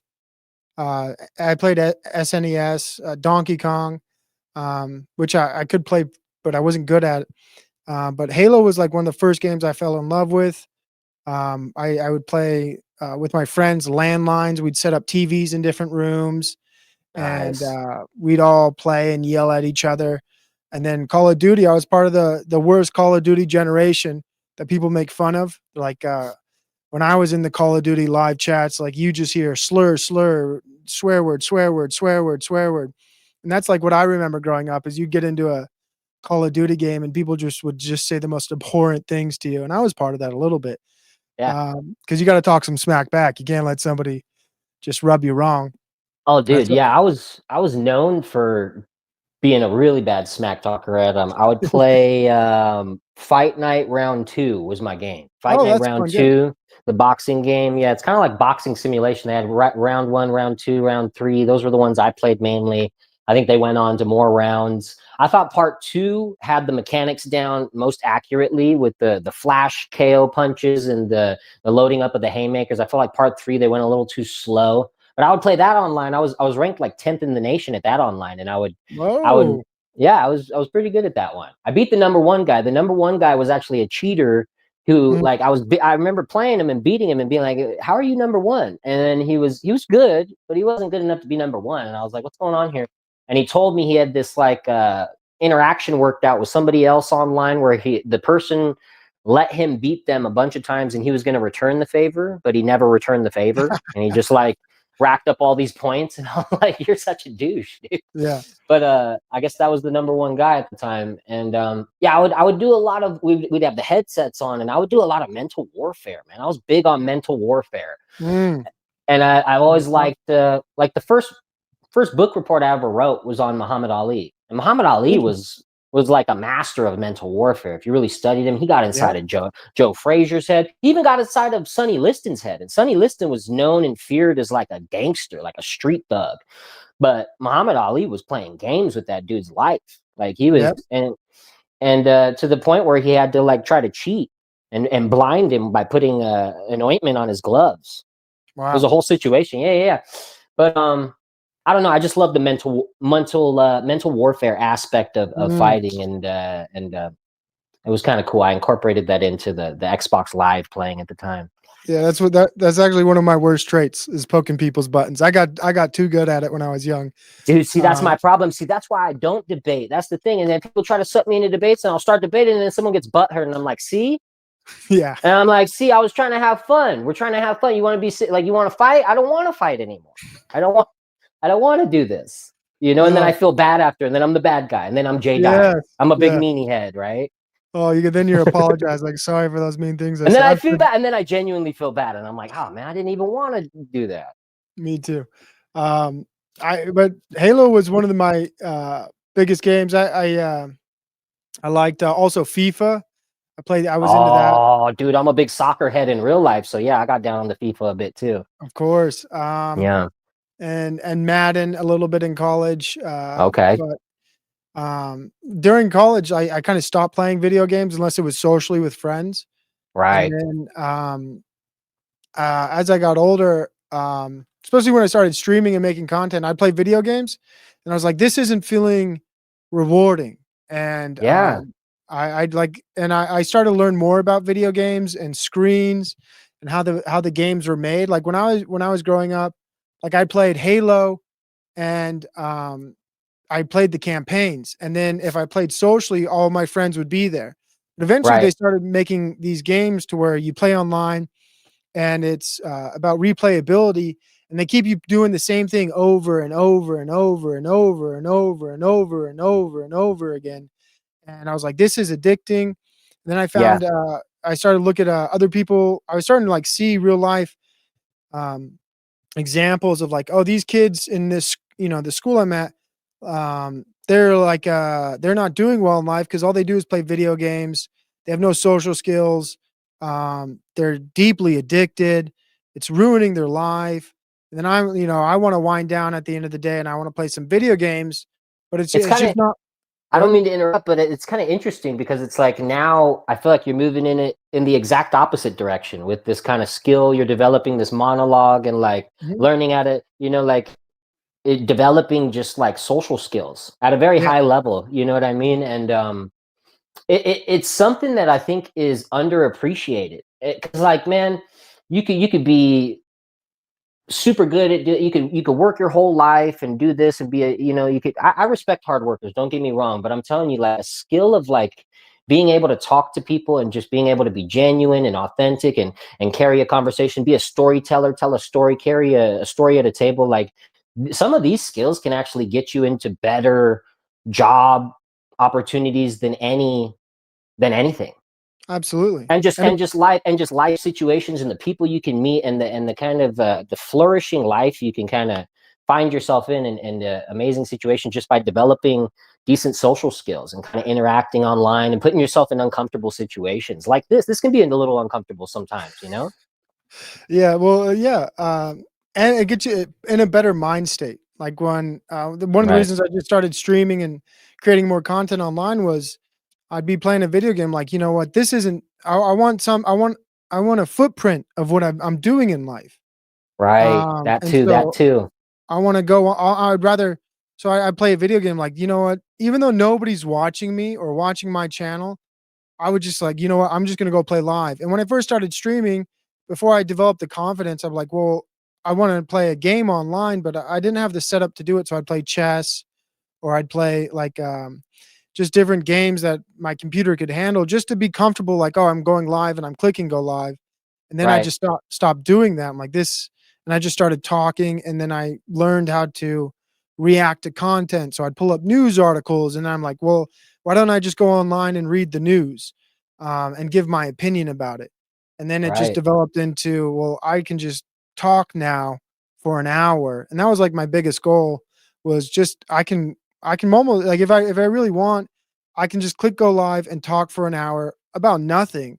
Yeah. But there was a point where I couldn't talk for 10 minutes at all. Like I was like, oh, what do I do here? Right. I'm still like So, in the middle of developing that skill, so I have to have about 11 pages of notes to mm, like go back on. At least I feel like I do. But then sometimes I'll get up there and I'll just go off on a rant for like an hour of yeah, something I didn't even write down. But it's like I'm trying to get into the place where I can uh make that happen every time. But it's like I think the thing is you don't make it happen. It's kind of like almost like a freestyle. It's almost like it clearing is. your head. It's It is a almost like free you thing. don't force it, you don't overthink it. It just kind of something that you kind of fall into. And and it's like a car warming up. But from my experience, Yeah. talking out loud is, the first 10 minutes are clanky, and then Hmm. you just start going and you start ranting. And I like notes. Notes are great. Sometimes I make mental notes, but I always forget them. Sometimes I'll Right. write them down. I used to like have a notebook where I'd like, here's what I want to talk about, and then eventually I'm like, I just didn't use that tool, and I just relied on uh, just standing on. Well, I would sit at the time, but just kind of standing on my feet metaphorically, and just trying to Yeah. catch thoughts. It's like I had a phrase for it. It's like I forget the phrase. It's like fishing for thoughts and catching dreams, or something to that effect. You know what I mean? Nice. And so I'm always fishing for thoughts, but sometimes I catch a dream, a good dream, and then I got to tell people about that story. Um, and I was raised where like my father told me like everything in the past is basically like a dream, right? You think about the past, and when you try to recall the past, it's like recalling one of your dreams. You're gonna recall it just like you recall your dream. It's like bits and pieces, and you're missing things. And the only way Mm-hmm. to have the full picture is if you have everyone there, and even then that was a dream to them too.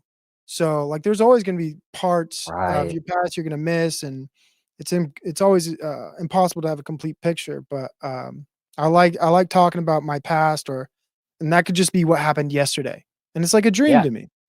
Um, but I really enjoy that, and you kind of downplay your skills, but when I hear your rants and the things you go on, like, you have a natural talent, and it may be because of your ability to freestyle. You've already developed the skills to just catch thoughts and run with them. But Right. like you're more advanced than wherever I was when I started. I don't know how long you've been doing it, but you're definitely talented. You have the chutzpah. Is that the phrase? Yeah, I've been doing it for a while. I had another YouTube channel. It sucked. It was bad. There's like one sick freestyle on there where I murdered it with a fedora on. I even had a Mm, fedora back then. I was like, I don't think I was a hipster, but I just really went through a fedora phase on my own where I was like, I'm gonna rock this fedora, and I did it. But yeah. I don't know where that thing went. But I wanted to ask, what was that you have this thing that you do monthly? It's like a mystery box thing that you do for Oh, I think you're I think you pick out like one of your Patreon subscribers a month, and you I kind of give them some sort of gift box, some sort of care package. What is that about? well, the person who asked for ones hates me right now. Oh no. Um, because I told them 'em I'd do it. They haven't, I used to do it for free. So it started when I was first making content, Right. because I had nobody watching. So if anybody watched my show, I would just give like I do the opposite of what most content creators do because they ask for things. They ask for donations or Right. Right. whatever. So I was like, I'm gonna give my audience stuff. That's So sick. I would give I only had like 5 people watching me, like, at the height or whatever at the beginning of this. So I'm like, "If you watch my show and you're in the chat, I post on Instagram, let me know and I'll send you a gift box." So I would include, like, books, knickknacks, tie-dye Nice. stuff, like, well, I call it my merch 'cause Yeah. I tie-dyed, I'd go and buy a hoodie or other things, and I tie-dye it, and I would just send them a box full of cool stuff, just for watching my show. That's sick, Um, dude. And you're still doing that. no, I haven't. The person who asked for one, I have the sweaters, but I don't Yeah. have the tie dye. I still haven't gone to my parents' house, which is where my tie dye is, to do it. Um, Gotcha. but I was selling it. Well, I've sold like 2 of them, maybe, but for a while it was just like if you watch my show and you want one and you're a fan, like you get it for free. But like I just stopped doing that because I don't keep up to date on my Patreon, and well, I have kids now. So like when I first Right. started doing it, I could have like my one child, and we're doing this thing and they take a nap, and then like I have all the time in the world to take care of that project. And now I just feel like my life is well, the problem is like I'm not as I should. You bringing it up is like, man, I really gotta. I bought the hoodies. I have the box. I need Right. to tie dye those clothes. I'm gonna give the stuff to this guy for free, and I got to do it soon. So, but it's just a way for me to give back to my audience because I think audiences give a lot to Yeah. the person they watch. But I call it my Patreon care package. But Nice. it's just a fun thing to do because growing up, like getting letters in the mail for your birthday, I got them from my grandma, maybe from my sister, and that was so cool to get like a package in the mail or something like that. Yeah. And you get a little bit of a taste with that with Amazon, but it's fake, right? Like it's a fake package and it Right. doesn't feel real. But like if you get a package in real life from somebody and you don't know what's in it, Yeah. um, and it's good, like that's exciting. And Yeah. I wanted to give people that excitement. Like, oh, this is really cool. What's in here? What am I going to discover? Um, so that's just the idea of giving is really and the excitement that I had is what kind of created that passion project. That's awesome, dude. That's really cool. Yeah, back in the day, few years ago in the VHS community on Facebook, which is kind of where I was at before I came to Orthodoxy. I had this group and I still have it called the VHS Wildlife Preserve. And we would do this. I started doing this thing where I would just kind of give away a care package. I'd make a care package of like random That's tapes, cool. maybe throw in some kids' books, maybe throw in some Goosebumps, maybe throw in a cassette tape, some music from the 80s, something cool, maybe like Rod Stewart or whatever, and just kind of send it out. And we'd exchange care packages. We'd set up like a whole system where we be like, okay, you guys are linked up together. You send him a care package, he sends you one, and it was rad, man. It was a great feeling, like getting these mystery packages in the mail. You don't know You what's know, in them. It was you fun, know, man. It was such a fun time, dude. So awesome. And then we started um, making VHS mixtapes for like Halloween time, Christmas time, and we ooh, kind of revamped. I started revamping the whole VHS mixtape movement. Like I started kind of bringing it back for a second. I ended up making about like 12 or 14 VHS mixtapes. I have about 3 with me, maybe 2 with me, something like that. But I got a ton in storage, man. They're crazy. I made some crazy ones. Some are more mellow, some are insane. I had this one called the Regurgitate. That one was nuts. It was that's just like wild. it was the most disturbing stuff I could find put on a tape to try to like genuinely provoke a physical reaction out of people. It was pretty demonic. That was before I came to Orthodoxy, obviously, and I was hosting it. I had this character I created. It was just like it was a whole situation, man. It was like it was a whole situation. But That yeah, sounds pretty fun. That it reminds was me, actually pretty fun, honestly. and I like that you have the experience of like creating the care packages and sharing that with people. That is a special thing to I don't know provide joy and excitement to people through that way. And your story kind of reminds me. Just brought up a memory of I lived in Oregon for a while. I don't know how close you are to Portland, but they have like an old school VHS store. I don't know if it's still there, but it was the largest VHS store in the world. Oh wow, I Uh, think I might have seen pictures of that. it's super cool. It's super cool. If it's still there, you should make a pilgrimage to it. I Um, should actually, if it is. I like. Let me just. I wanted to. Sorry, a little live researching. Yeah, Live researching here. because there's But not a lot of those places around anymore. I think yeah, it's called Movie Madness. Movie Madness in Portland, Oregon. Yeah, yeah. Nice, Portland's landmark video rental store. Um, but yeah, I'm pretty sure it's a VHS store. But like you go in there, um, yeah, it is Movie Madness. sick, I wish I could rental so you can rent movies, nice, nice, DVDs, Blu-rays, VHS titles, two for 3 days. Um, nice. Still but got the VHS. Heck yeah! yeah, it's the whole store was like VHS when I went there. Well, most of the store Wow, is VHS. that's super Um, cool. I think I think that's it. There might be an I'm pretty sure that one's it. Movie Madness. But I definitely check it out if you ever get the time.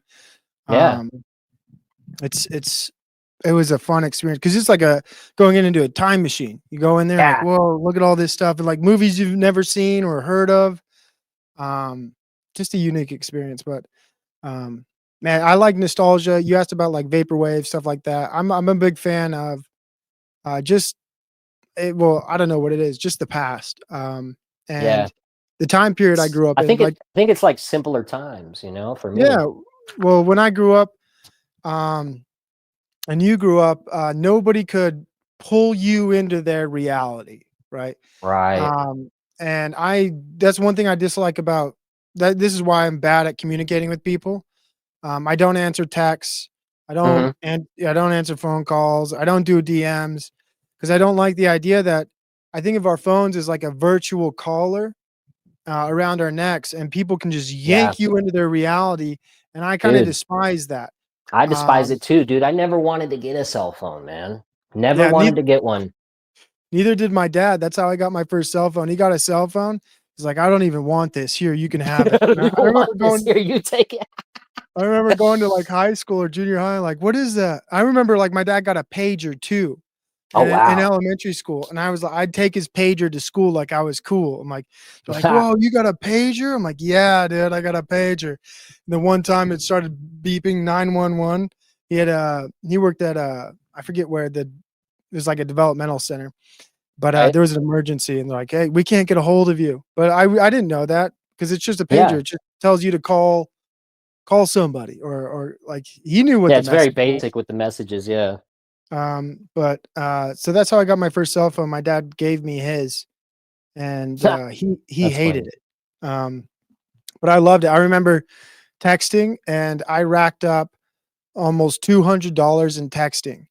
And Wow. I remember my brother was like, how do you text so much? Why are you texting? Like, just call the people you're talking to. But like when I was growing up, the novelty of texting people was so cool. Yeah. Right. And you're like, oh, I'm communicating with you one on one. It was like uh MS Messenger, was it MSN Messenger? I think Um, so. Something like that. and I remember that in junior high, like as soon as you got out of school, you'd get on the computer and then you talk to everybody Or the about what AOL, the AOL thing, or whatever it was, it was or like. Yeah, something it was. I don't know if it was AOL. It was like something like I that, can't. right? Yeah, but you'd log on after school and then you just are chatting with everybody about what just happened and like, do you like so and so? Or what do you think about this? And then you do that till about 4 o'clock. Then everyone's like, I gotta go get ready. My parents are home, they're making dinner. Um, Right. but I do miss the past, and um I like the reality where like when you were with people, you were just kind of in the moment. Exactly. Um And the cell phone takes you out of the moment too. That's another thing. always, Going back to that. always. Yeah, like I hang out with my friends sometimes. I make it a point, like if I'm ever at dinner or if I'm with people, I'll never pull out my cell phone Same ever. here. You Same won't see here. me if I'm having dinner with you or if I'm with your family. Like I'm not pulling out my phone. Yeah. Um, I might sit there like a bump on the log or whatever until someone talks to me, but I'm there to engage. I'm there to be present. I'm not going to be scrolling on anything or tuning out or checking out. Right. I'm very big in like just kind of that mindset of, I try to live in the 90s, even though the 90s are gone, dude. Yeah. No, that's why we got the CRT over here and the VHS collection, and that's why we do things the way we do over here too. It's a very similar mentality with myself. I was going to ask, 2026. Have you ever heard of Pascha in the Orthodox Church? I think I've heard it referenced, but I'm not familiar with it. Yeah, it's like basically Orthodox Easter, basically celebrating the resurrection Mhm. of Christ. But in the Orthodox Church, it's like the hugest celebration of the year. And I've had some of the best times ever just celebrating Pascha with my brothers in Christ at that parish we were baptized in. My family and I, St. Anthony's Antiochian Orthodox Church in San Diego. We would have like, I mean, the last Pascha, not this year, not this last year, but the year before that. I mean, we were up to like 5 a.m. just out Wow. there, just drinking with friends, like healthy drinking, not getting drunk. There's like this Holy Spirit kind of almost like, I don't know, drinking at church at Agape on Pascha is different than drinking at a house party Oh in the yeah. hood or even Oh yeah. anywhere. There's a grace kind of flowing over everything. Well, the drinks have been blessed, the food's been blessed, and there's a different atmosphere. There's just something different, and you've received the sacraments. Like, I don't know, it's just a whole different thing. But I remember just being out there till like 5 a.m., just eating pasta cheese, conversing with my brothers in Christ, like some of the best times I've ever had in my entire Mm. life. I was wondering if this year, if you plan on attending Pascha for 2026. It's usually in like April. That Um, was right now with my approach to orthodoxy and liturgy and attending it is to approach it humbly and I'm just going, and I'm not eager to become. I think it's a catechumen, right? I'm an right. inquirer, right? So Yeah, I'm trying to just go and earn my stripes, show up, take in what I can, absorb the culture, and kind of, you know, gradually introduce myself into it, because I see critiques of people who come into orthodoxy like headstrong or too fast or too yeah, eager, yeah. and I don't, I just want to come in humbly and patiently. And so like if I have the opportunity to do that, I think I certainly would. But right now, my main focus is just creating the habit of going to liturgy, because it's a habit I've never had my whole life. That's So good. That's a good my num place to be. yeah, that's my number one focus is like, all right, just show up to liturgy. And you mentioned agape, that's where they meet after, right? Right. Um, I unfortunately I don't have the time usually to do that, because right now I'm usually just going by myself. Yeah. I've taken my family a few times, but we have, with our children and my wife, like she works all week, so I she's watching the kids on Sunday, but I try to get back as quick as I can to just be there and give her some time off, and Right. That makes that's sense. but sometimes they come with me, but right now it's and when they do come with me, that's when we do stay for agape and we Right. do socialize, and it's always better when they come, because my Yeah. wife is like she's a social butterfly. She's very just warm and welcoming, and has a great demeanor and personality, and it makes me look good. That's awesome. Because I could be, as much as I practice talking online, and I could be a little bit socially awkward sometimes, because um I just, I sometimes don't know how to have what I don't mean this in a degrading way, but like almost meaningless conversations with people Yeah, there's a sometimes. lot of that. There's a lot of that. There's a lot of that Mm. out there. So like it's it's for me, like I have to warm up just like I do with a monologue or something in a Mm. conversation with people, and it can be rough for me. Yeah. But sometimes it can be easy depending on the person. But it's it is always it's so far my experience going to agape has been positive, and I haven't had really any social hiccups. It's been actually rather people have been more than nice and very conversational, and it's been amazing. But I'd love to attend Pashka.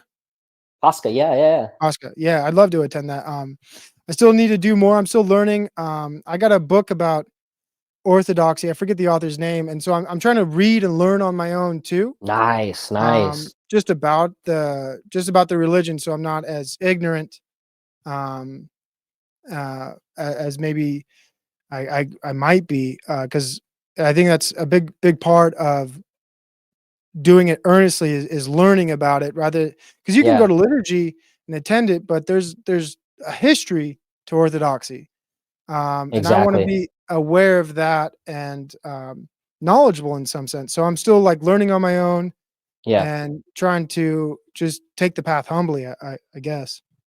that's cool. That's awesome. So yeah, yeah, we were talking about agape, Pascha. It's a crazy, crazy celebration because like in America, Christmas is kind of like one of the biggest celebrations. Like in Western culture, I would say probably Christmas would top the list, which is probably my favorite holiday ever. Like I love Christmas so much. I'm a big Christmas guy. But in Orthodoxy, it's more like Pascha's a bigger celebration. Christmas is big too. It's huge, but Pascha's like it's just the thing.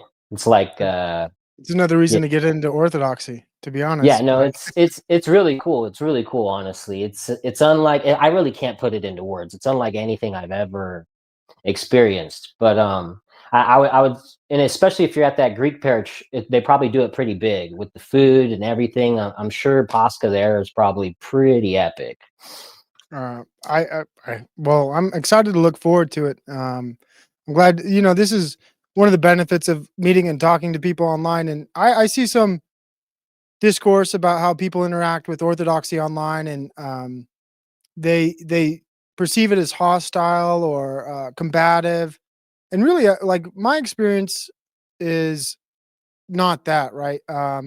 Yeah. It's people bring their hostility to some of their conversations with people who are Orthodoxy, and Hmm. they are I think just going to respond in like manner. But Right.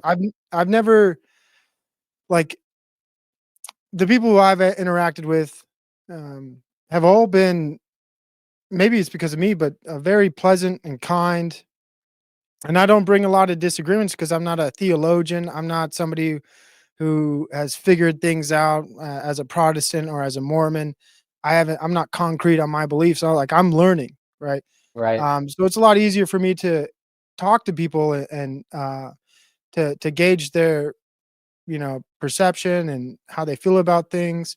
And my conversation with you and just in general is like most of the Orthodox people I like in my parish are amazing people. Right. And Yeah. there is a difference between people online and it's interesting how people confuse the two, right? Like Yeah.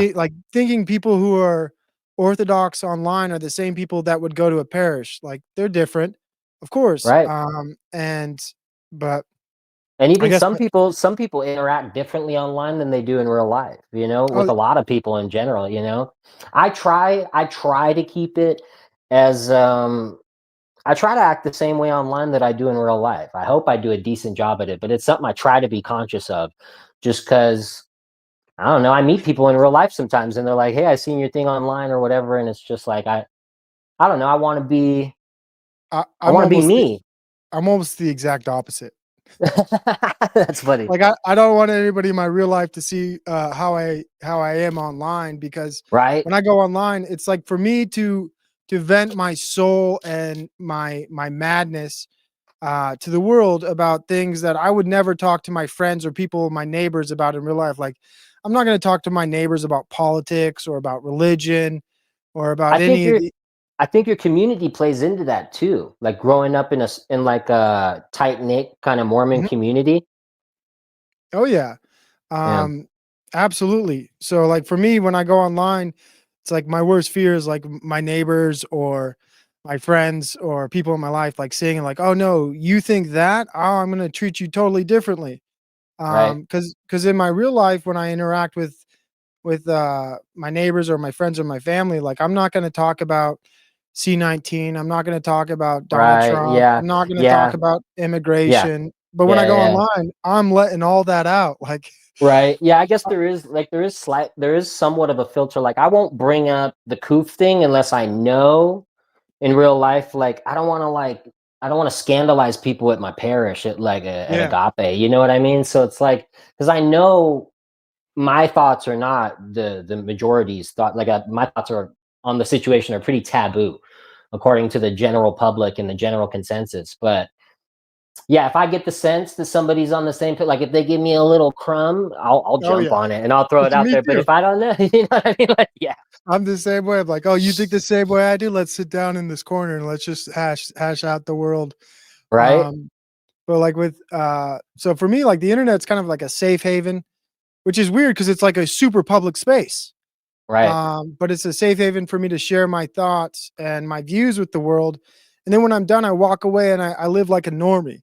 Like, I don't tell people like, I don't have a Trump flag. I don't Right, right, Uh, right, right, I'm right, not right, I'm not instigating anything in public. I don't treat people differently. Like I try to carry my life with the people I interact with. Just like I'm against illegal immigrants, but if I meet one in real life, I'm going to treat them with the utmost respect. I'm not going to be like, right, "What are you doing here? I don't like you." I'm going to be very kind and very right, gracious to them. But that's like who I am online is, I think, a total sometimes 180 from who I am if you meet me in person. right. which is interesting. This is like I don't want people to confuse me, you know. Like this is my when I go like this is my online is like my secret self, but That's it's funny. a very public secret, I guess. But yeah, we're coming up to the 2 hour mark. I think I have like 2 hours max on my stream yard. We're at like an hour and 55 minutes. I think we'll probably wrap it up, but I wanted to ask you before we wrap it up, do you have any final thoughts, any final message, anything that you want to leave the people with as like a just a final thought to kind of end the whole conversation on? Do you have anything Um, that you want to drop on the people? well, I think the most important thing is maybe to support Mark, help his channel grow, share his shows. If this show didn't align with you, or like, oh, this Provo guy is not for me, look through his other shows, find somebody else. Maybe hello, listener Tony, and share that. But Mark's doing some great things here, so just support him, do what you can, and I think in your own personal life, just try to be the best person you can, which is difficult. But I try to get better every day. And I think going to liturgy is part of that, right? Yeah. And trying to become a better person, which is why I appreciate talking to you and a lot of the other people I've met online who are Orthodox, and I'm just grateful that I've kind of met this community, and I've really just learned a lot. So I think people should keep learning, keep doing the best they can. But in general, hit the like, hit the subscribe. Let's hit that donation before we in this premiere, so we could do a live podcast, live show, and we can riff off each other and the audience and have a Yeah. great time. But in the end, thank you, Mark, for the wonderful conversation. I really enjoyed it. I think we covered a lot of ground, and Yeah. very thankful. Yeah, dude, thank you so much, man. I'm super grateful to have you on. It was a super dynamic conversation all over the place, fun, dramatic. It was, like a roller coaster ride, and it's just no limits. And I enjoyed it thoroughly. So I want to say thank you to Provo for taking his time to come on and spend some time with us and share his life story with us. And I look forward to seeing you. Where you go next from here. And it's cool that you're taking it slow. I think that's very commendable. And I think it's the smartest way to go about it, because I've seen people come in just a little too hot and crash and burn just as quickly as they came in.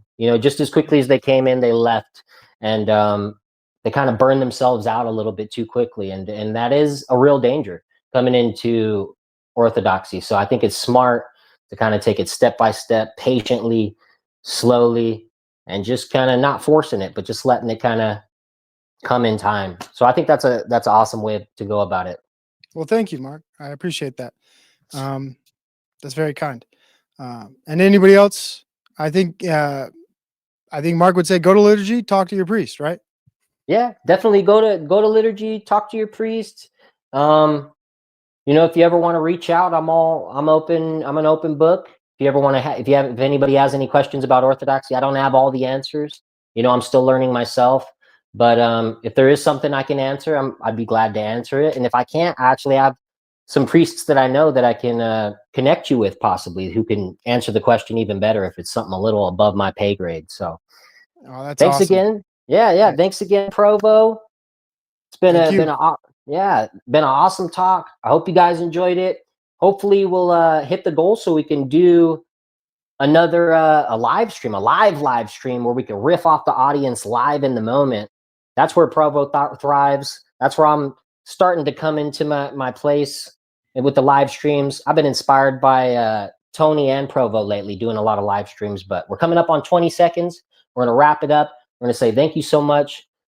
God bless all of you. God And bless. thank you. Yeah. Yeah. Thank you so much for tuning in, everybody. And until next time. Until next time. See you guys.